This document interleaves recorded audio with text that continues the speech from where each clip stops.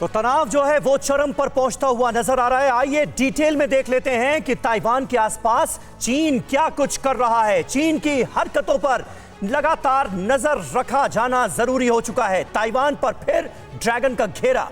चीन ने ताइवान के पास वॉर प्लेन और नेवी शिप भेजे। चीनी डिफेंस मिनिस्ट्री ने ताइवान को 2 टूक धमकी दे दी कि ड्रिल दुश्मनों की उकसावे की कार्रवाई के जवाब में है। यानी बता दिया गया है ताइवान को इस पूरी ड्रिल का मकसद। ईस्ट चाइना सी में चीन के फाइटर जेट्स की उड़ान लगातार जारी। ताइवान के करीब हवाई क्षेत्र में चीनी J-20 कर रहा है पेट्रोलिंग। चीन हवाई और समुद्री रास्तों को दरअसल सील करना चाहता है, लॉक करना चाहता है। चीन के युद्धाभ्यास में सबमरीन्स की भी एंट्री हो चुकी है। यह submarine supersonic anti ship cruise मिसाइलों से लैस है। तो ये तैयारियां इस वक्त क्या कहानी कहती हुई नजर आ रही हैं, ये अपने आप में बड़ा सवाल है। त्रिपाठी जी, इस डिप्लॉयमेंट को किस तरह से आप देखते हैं? क्या आसार नजर आते हैं? क्या होने वाला है? देखिए, एक तो चीज़ सबसे पहले मेरी ये समझ में नहीं आती बात कि पेलोसी की विजिट हो या उसके बाद अमेरिकन पार्लियामेंटेरियंस की विजिट हो जी, इसने चीन की सिक्योरिटी को किस तरह खतरा पहुंचाया है, जो चीन इतना परेशान है।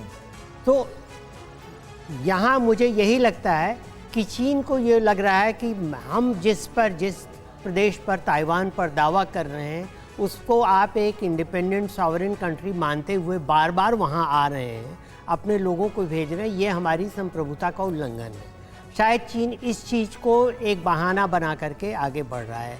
लेकिन जहाँ तक बात है ये डिप्लॉयमेंट्स की और काउंटर डिप्लॉयमेंट्स की, मेरे ख्याल से ये अभी भी पोस्चरिंग तक ही सीमित है, क्योंकि चीन और अमेरिका दोनों में से कोई नहीं चाहेंगे कि कन्वेंशनल वॉरफेयर शुरू हो जाए। इतने दिन तक चीन ने, देखिए, इतने दिन तक चीन ने एक्सरसाइज की, चीन ने ताइवान की नहीं सर, लेकिन अमेरिका का डेलीगेशन ताइवान पहुंचता है और चीन क्यों भड़का हुआ है, इसे बहुत ज्यादा समझने की तो जरूरत है नहीं। चीन में आप देखिए व्हाइट पेपर लाए जा रहे हैं और एक बार फिर से ये कस्में खाई जा रही हैं कि चीन का और ताइवान का पुनर्मिलन होने जा रहा है। इसके लिए बड़े पैमाने पर तैयारियां शुरू हो रही हैं। तो ऐसे में ताइवान में अगर कोई अमेरिकी डेलीगेशन पहुंचेगा तो जाहिर है चीन को मिर्ची लगेगी।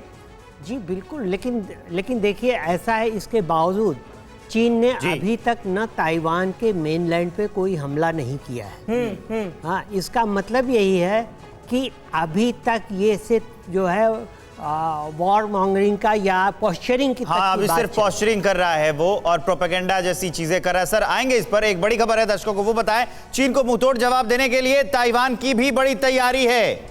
हेंगचुंग प्रांत में ताइवान कर रहा है वॉर ड्रिल। ताइवान की एयरफोर्स ये युद्धाभ्यास कर रही है। इसका मतलब कि सिर्फ चीन ही युद्धाभ्यास नहीं कर रहा है, उसको करारा जवाब देने के लिए, ये बताने के लिए कि ताइवान भी अब तैयार है, वो ताइवान भी एयरफोर्स, ताइवान की जो एयरफोर्स है वो भी वॉर ड्रिल कर रही है। हमारे साथ प्रोफेसर अंशु जोशी हैं।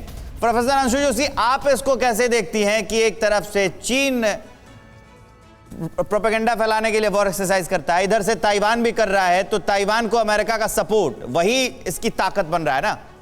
बिल्कुल विवेक, और इस पूरी स्थिति को हम जरा कूटनीति की दृष्टि से समझने की कोशिश करें। हम जो कुछ भी देख रहे हैं वो अभी हम युद्ध की दृष्टि से देख रहे हैं, सामरिक दृष्टि से देख रहे हैं जी। तो हो क्या रहा है कि ये हमने जब रशिया ने यूक्रेन पर आक्रमण किया था तभी विशेषज्ञों ने इस बात की आशंका जता दी थी कि अगला जो युद्ध का थिएटर है वो एशिया में खुलेगा, ताइवान के विरुद्ध चीन खोलेगा। ये तो कयास पहले ही लगा लिए गए थे।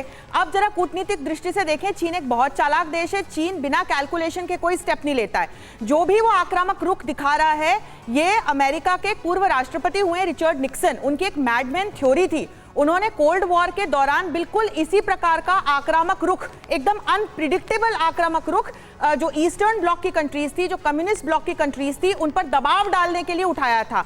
और बिल्कुल यही रशिया ने यूक्रेन के खिलाफ किया और यही अब चीन हमें ताइवान के इर्द गिर्द करता हुआ नजर आ रहा है। तो ये बहुत सोचा समझा कैलकुलेटेड स्टेप है। हम जो चीन का आक्रामक रुख देख रहे हैं वो अचानक आग बबूला होकर के ये सब कुछ नहीं कर रहा है, ये बहुत कुछ कैलकुलेट करके कर रहा है। सवाल ये है कि कहीं चीन अपने ही बनाए प्रेशर में तो इस वक्त नहीं उलझा, क्योंकि तमाम चीजें करने के बाद भी अभी चीन के सामने ही ये रेपुटेशन का, ग्लोबल रेपुटेशन का संकट है कि चीन कुछ कर भी सकता है या फिर नहीं, क्योंकि उसकी धमकियां बेअसर साबित हो रही हैं।